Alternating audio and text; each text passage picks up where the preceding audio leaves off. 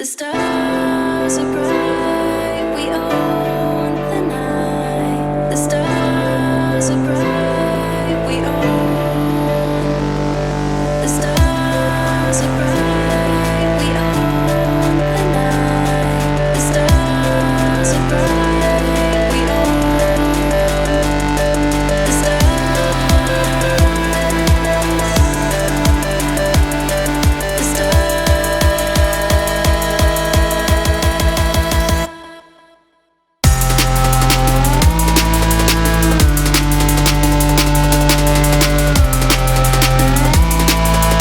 So, welcome everyone to another edition of No Better Time Than the Present. This evening, we're going to talk about what it's like for the care partner, their experience when it comes to coping and, dealing with similar things that we have to deal with. So, this evening, I have my awesome husband, Richard. Say hi, Richard. Oh. So we put the word out about this for today. So, and the point that I made before was usually I would do a replay of each episode, but we're not doing that today. So I kind of put the word out. Either you come get it while it's going. Maybe I'll save this particular episode up until tomorrow and then I'll delete it, kind of thing.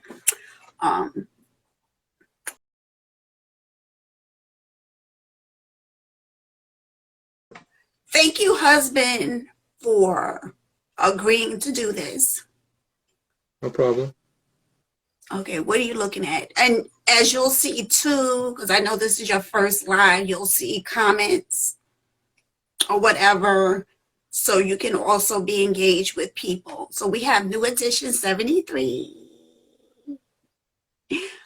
online. Capiche?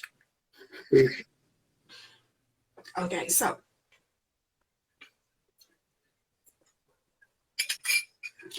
I have a couple of questions or points to kind of go over. And like I said, which we really didn't get to talk too much how this is going to go because we were having extreme technical difficulties. So, I'll bring up a question or a point and we'll just have an engaging conversation. Capiche? Got it. Okay.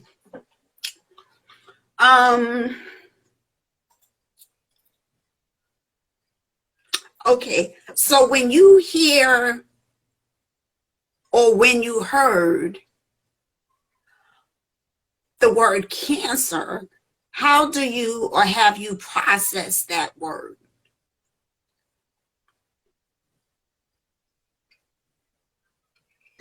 When you say that, is that in reference to your situation or just in general?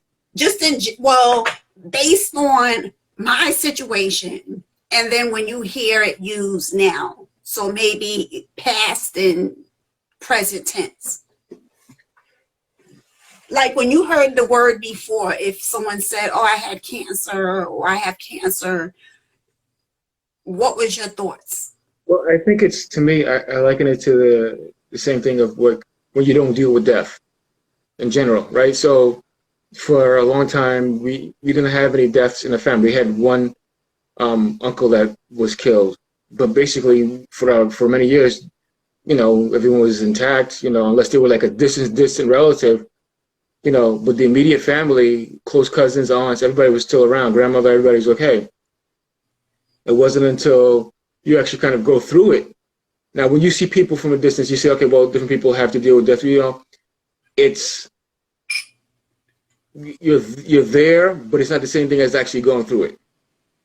Right, so you can feel the empathy for that person, but to me it's the same thing like with cancer. When you're actually going through it with somebody else that you are completely connected to, is different than when a coworker says, oh, their mother has cancer.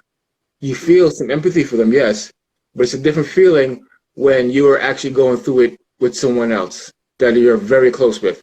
As I'm sure as it is difficult, I mean, a different situation for someone who's going through it themselves. You know, to hear about it and then to actually have to go through it is a completely different thing. You know, you can, once again, empathy, but you're at a distance. But when you're having someone close that's in your life 24/7 go through it, that's a different scenario, and you're going to feel it much more than, you know, someone on the outside of that circle. I agree. I agree. It's unfortunate, but it's kind of like you have to be in it to process, you know, everything that kind of goes along with what goes along with it. Right. So, Yeah, like I said, it's just about once you're there, then it's you're in it, and you can feel that emotion and the pain. When someone tells you, for whether it's someone on TV, you know, maybe an actor, you felt when Chadwick Boseman passed away because you enjoyed his work and everything else. But it's not the same thing as when, you know, someone that you love and deeply care about is going through it, right?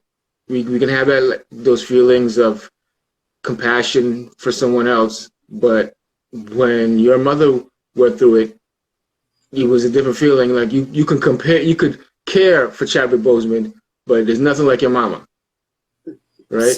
So it's a different feeling. So when you hear it from a distance, that's one thing, but when you're actually going through it, it's a completely different animal.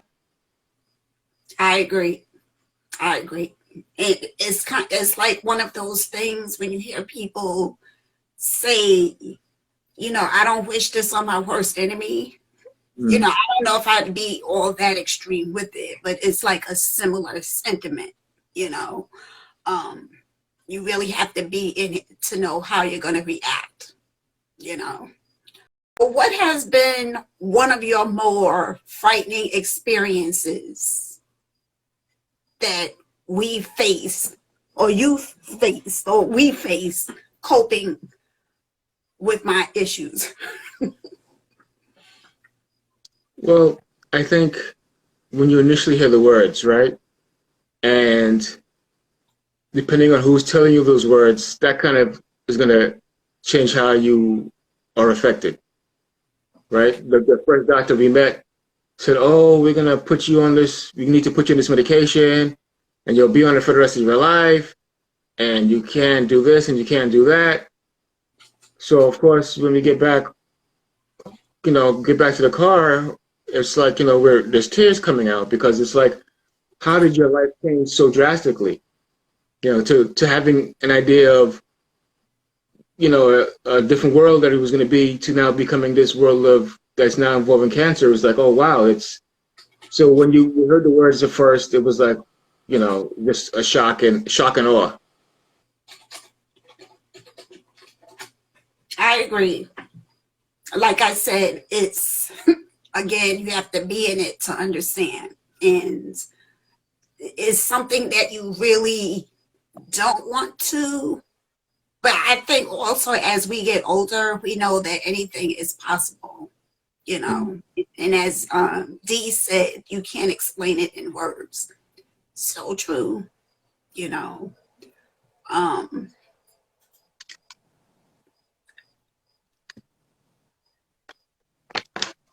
Have you ever thought, and I know we've had conversations because, you know, we've kind of been in this game for a minute, but have you ever thought in a million years that we would have to go through something as this and so many other things that we've kind of gone through over our many years? But No. this specifically, would you have thought, like when Pastor Nance said, for good, what was it?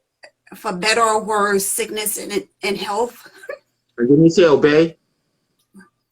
Now I don't know about that. Don't get me to cuss. No, but seriously, no, of course nobody ever thinks that. That's not something that's ever in anybody's mind. You know, you think, okay, well, yeah, sickness and health and everything else, but no one ever thinks that that's the road that you're going to go on. Everybody thinks it's going to be fine, and you'll be 100 years old each, and you'll go on from there. Surprise. How do you see life differently now? I mean, we've kind of gone through a whole spectrum of emotions, deaths, births. You know, it's just been so many things that we've kind of gone through. So do you see life differently now? And do you feel that you've progressed in terms of how you processed everything almost 15 years ago to where we're at today? I mean, initially there was a level of denial for me, like, okay, well, if I act like it doesn't exist, then it doesn't exist. You know, I heard the words, I heard what this guy said, and then so, okay, well, this just sounds insane. But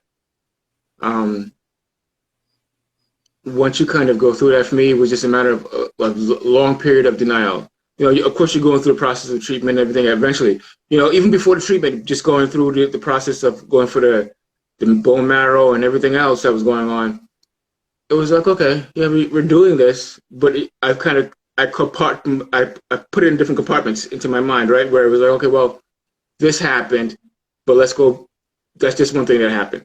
So you went, you had a checkup, you had bone marrow, whatever it is, everything's fine, that's great, but didn't really think about any other possibilities.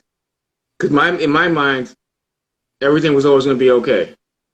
So I never allowed myself to think, well, is there a possibility that within the next 5-10 years from this thing, she won't be here? That never entered into my mind. It was never a situation where I entertained those thoughts of saying, well, now I'm going to lose her to this or that or blah, blah, blah.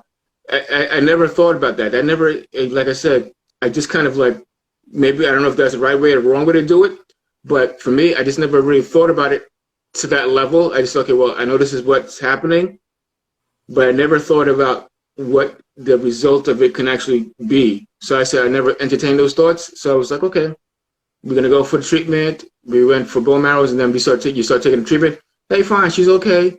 She's okay. She's okay. She's okay. Everything's great.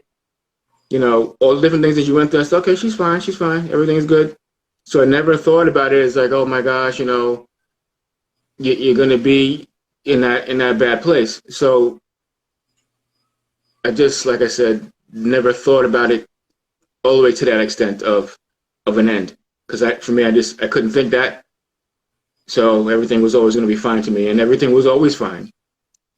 But there was never, to me, a scenario where it was like, oh my gosh, you know, there is, you know, we're stage 4 or anything like that. It was always, you know, early.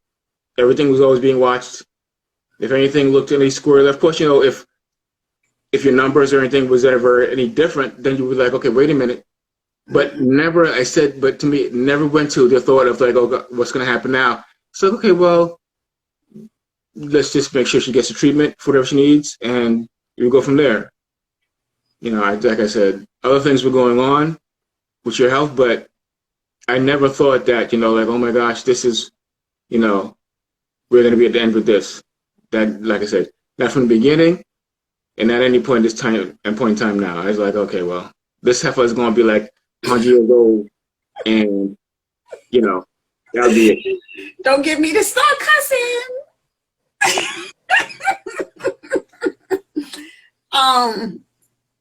It's funny because, you know, for me, processing the words and processing the whole rigmarole of, you know, you have this and all of that, and then to see you were quite optimistic. So maybe that was a good thing. But then part of it sometimes too, I felt like, well, you're too optimistic. Well, not too optimistic, but I guess, I forget, you said like a perfect word earlier, but you just didn't allow yourself to kind of go into that space, which probably was a good thing, because if you go to that space, then I go into that space, even though I was kind of already there, but I felt like you weren't quite there. You were there with me, but in terms of that space, in terms of, I'm thinking, oh, in 5 years, you know, and you wasn't even at that level. You were like, she got this, you know. So I think that's very important. Yeah, again, each person is different. And part of what you said as well, you know, it's something that I kind of say is like a little slogan. You really have to take one day at a time with this, you know, because you just don't know, and you can't live in that space of thinking too far ahead. You know, you really have to be in the present and to cope and deal with what's going on right now, you know, and don't worry about the future. You know what I'm saying? That's kind of put that in the back of your head. Right. So, have you been able to share this with your friends and family? Obviously, it's so many years in, so I guess that question could be turned around a little bit. But okay, how did you share this with your friends and family? And was it easy for you, or did you feel it was a good time to share? If that makes sense. I don't know. I mean, it was such a long time ago. I mean, I think I did speak with some friends about it and some family with it, but it was never anything like, it wasn't like, oh, fellas, let's have a big sit down and let me talk to you about my feelings, because that's not happening. We know. Yeah, I'm not gonna, hey guys, it's gonna get emotional, you know, that's not happening with those guys. Yeah, we're boys and everything, but I just couldn't see me putting, you know, just kind of going out there and getting all wishy-washy. That's not who I am, so that wasn't gonna happen. Mm-hmm. Right. And as far as family, you know, telling my mother and brothers what was going on, and you know, everyone's, oh wow, okay, you know, but it wasn't, like I said, no tears, no crying, nobody did any of that stuff like that. So just a matter of just telling folks what was happening and just kind of moving on from there. And they understood, and then we kind of went from there, and that was it. Everybody wanted to know if you were okay, everything was okay, you know. And for a while, people ask, "Hey, how Yolanda's doing? How's Yolanda?" And then after a while, people are like, "Oh, she's still around? Okay." So no one asked anymore after a while. You know, everybody was like, "Okay, well, if she's still here, then I guess everything's all right." You know, if she was in the hospital, he would tell us, and if she ain't, well, then I guess she's still over there. You know, and Dave was like, "Hey, you know, when she making that chicken for the barbecue?" You know, that's about it. Nobody was saying, "Hey, how's she doing?" But I agree with Dee from Brooklyn. Sometimes you need to talk about it. It's funny because I know I've said this in my, you know, network of how sometimes it's hard to really express and to have this conversation. And one thing that I usually say is, like, you can say the word, in my case, multiple myeloma, but for some people, as soon as you say you have cancer, or like you kind of like, the best way to explain, because we know the technicality of multiple myeloma, you know, like, oh, plasma cell and this, some people are not going to get it. But if you just hit them with, it's a form of blood cancer, then that word later for the blood part, the cancer part kind of just throws people. So I know I've mentioned prior how some people still to this day don't know fully. They know around that maybe it's something with her health, but they haven't really been in tuned as to what is going on. I guess they don't know you have a book. some people don't know all the details, believe it or not. You know what I'm saying? So New Edition 73 said, did you ever consider speaking with a professional like a social worker or joining a support group? No.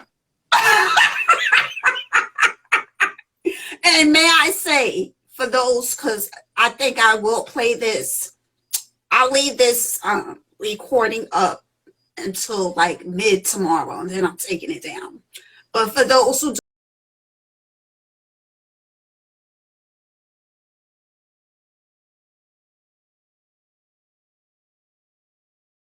do sign on, you know, later to view it, I will say that there's nothing wrong with speaking with someone and have a question regarding mental health and, you know, how do you process things? Because at the end of the day, everyone does different things, you know, but to speak to a professional is nothing taboo about that. No, I don't think there's anything taboo about it. You know, it wasn't such a big thing back, you know, a couple years ago. Now it's every place, you know, every 5 minutes someone's got mental health issues. You know, they sneezed and they farted at the same time. Now, oh my God, what's wrong with me? I need a mental health break or something. So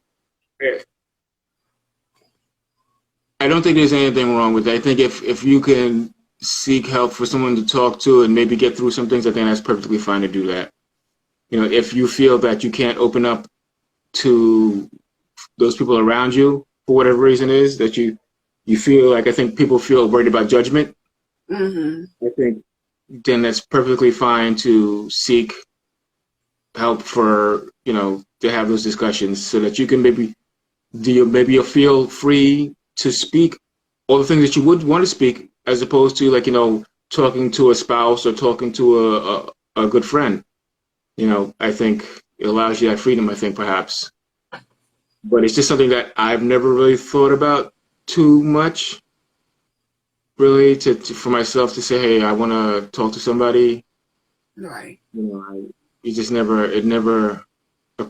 never thought about it. I know that for my organization, my company, one of the big things now is that's getting a lot of claims or mental health. So a lot of people are seeking mental health. And so I get it, but it's just like something that's never really crossed my mind that I would think that I would go and do and speak to someone about, you know, and get their perspective on things and maybe, you know, but for the folks who need it, go ahead and do it. If it makes you, you know, evens you out, makes you feel better, and or gets your mind right where you need it to be, then it's good. Because I mean, I think about people that maybe should have had someone to talk to and didn't, and who are no longer here. Like my brother, if he would have someone to talk to about certain things, you know, he would have been able to go out there and do that. Right. He would still be around, but unfortunately he didn't. So I think if you're in that place like D, you know, it doesn't hurt to talk to somebody, you know, even for a little bit. Nobody says you got to be in there for lifelong, but if you can speak to somebody for a little while, then, you know, go right ahead and take care of that, you know, to get yourself, you know, better mentally. We like to go to the gym and go on diets and everything else, but we also need to get our mental faculties together, you know, make sure that we're straight up there as well. You're right. I totally agree. And just as New Edition 73 said, she mentioned about the stigma that's attached to talking about your feelings, particularly when it comes to men discussing feelings, because we know you guys be doing the most, you know, you hold it in and, you know, hubby, we know. Hello. So I totally get it. Well, it's not just that idea, because I know when you're, you know, we were in the middle of things that you were going through with cancer, then your mother, and my mother is saying, you know how she asked me how I was doing, because I'm helping you, supporting you with everything that was going on. And I think it was just like, you feel like you have to be strong, right? To continue to support people. And if you're taking that, sometimes you feel like if you're taking that moment for yourself, then you're not able to support people as much.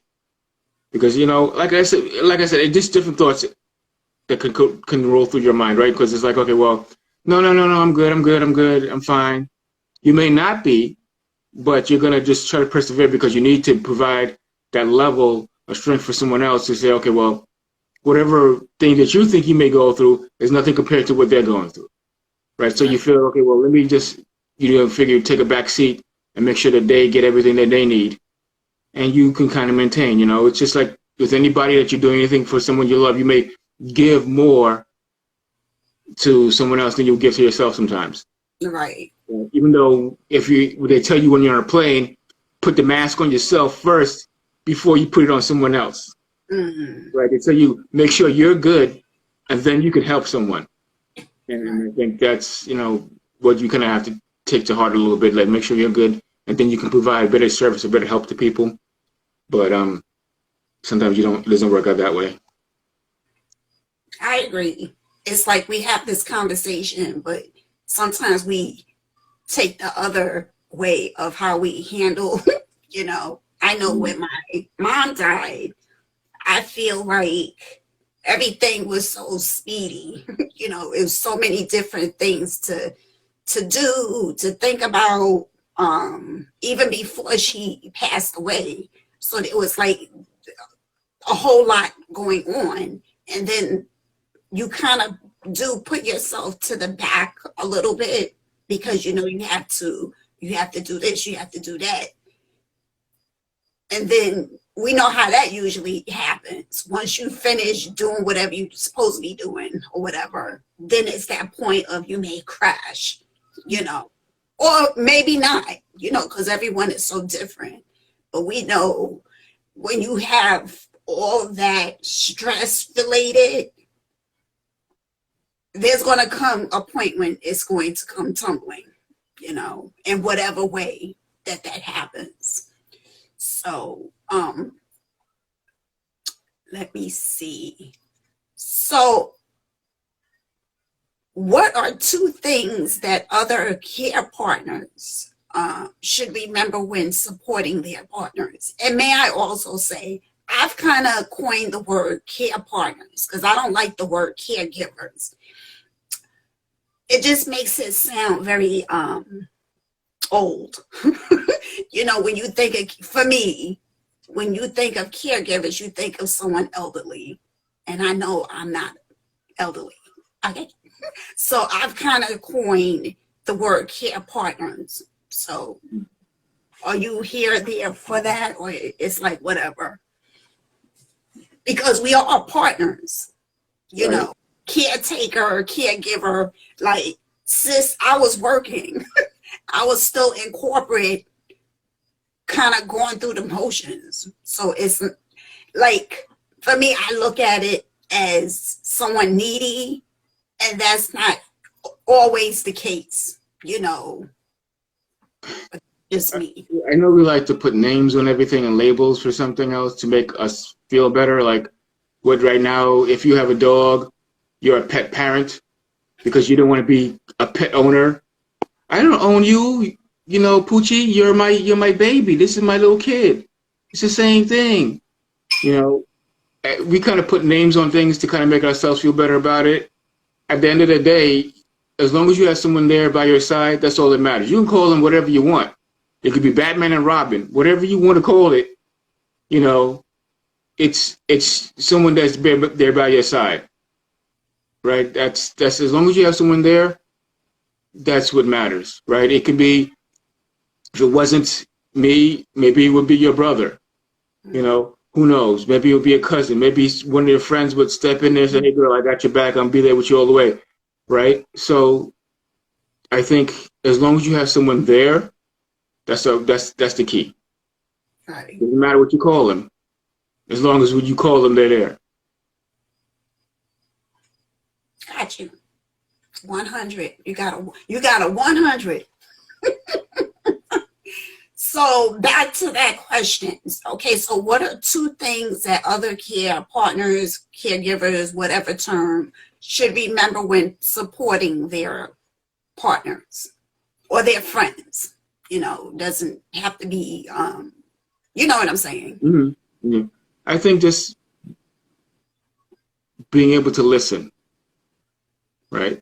I think that's one of the most important things is being able to listen to whatever they're saying. And because whatever they're going through, they're going to need someone to talk to and be a sounding board. So many times I have people who just, say, Rich, I just want to vent. And they just go off and they'll tell you everything. And you're like, and I say, thank you. They say, thank you so much. We vented. The other day I was at work and one of the guys that I'm working with, he was just going on about stuff. And I'm like, okay. So I'm listening to everything he says. And he says, I'm sorry. But I said, let's not worry about it. If you just need to speak, then go ahead. People want someone, when they're going through something, and that's just some work stuff. Not even like some real critical, life-changing thing. When you're with someone, you're helping them. I think the most important thing is being able to listen. And then when you're listening to them, give them that support. Be that person by their side to help to lift them up. Right? You may not be every day that you can get them up, but as long as you're there to participate, I think that's going to help. So being able to listen, and then trying to help to pick them up when they're down. Right. I agree. So, are you happy in this space that you're in today? When you say that, what do you mean exactly? From my earlier diagnosis to then being treated to where I am today, like it's been like an up and down roller coaster. So as today, are you okay in this space? We don't know what tomorrow is going to be, but based on the up and downs that kind of was going, or do you feel it's similar? Just the process, like we're used to certain things now. It's not newly diagnosed. We've kind of been in like how I usually say, I've been in the game for a minute. You know what I'm saying? So it's a routine, right? The things that we do, we do the bone marrow biopsy. You go to your regular your doctor. You have those situations, yeah, and everything is. It's good. I don't think, there's nothing wrong, I can say, with it, because right now everything's good with you, right? The numbers are good, everything is great. So, of course, for me, we're in a good space. I got my thing next month, actually. Right. Again. Right. So, as long as, and if things should change, then you just got to roll with how they change and continue to move forward. Exactly. Things are always going to happen in life, like I mentioned to you earlier, just found out my uncle passed away. Just Wednesday.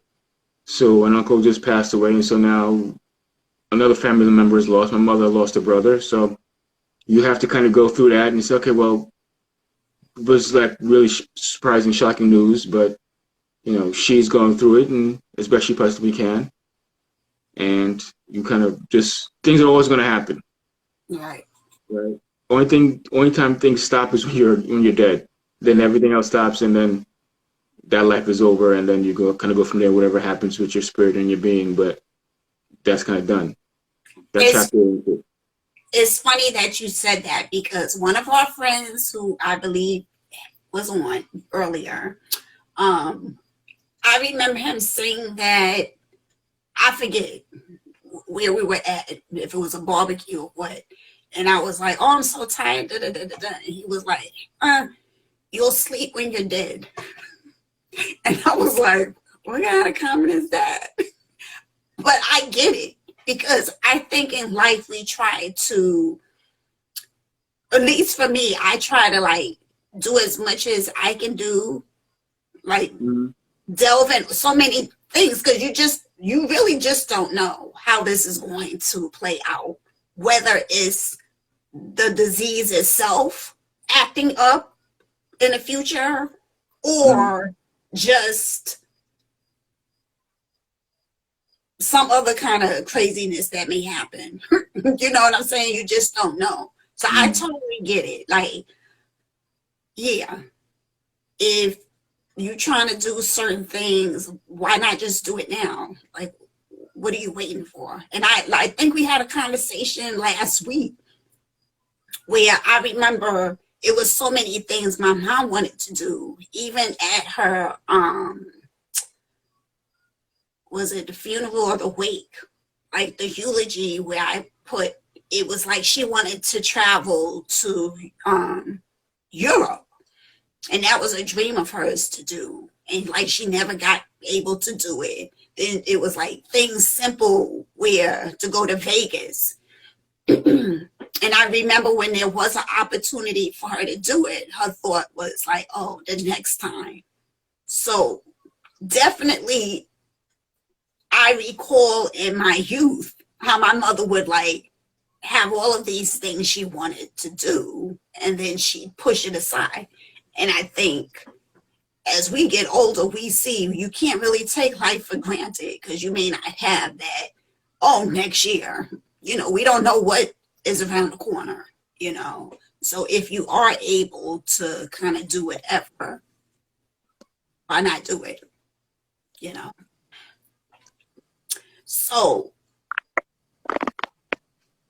this is like a twofold question, but how important is it for you to be in a good mental and physical headspace? And what are your go-tos when it's richer time?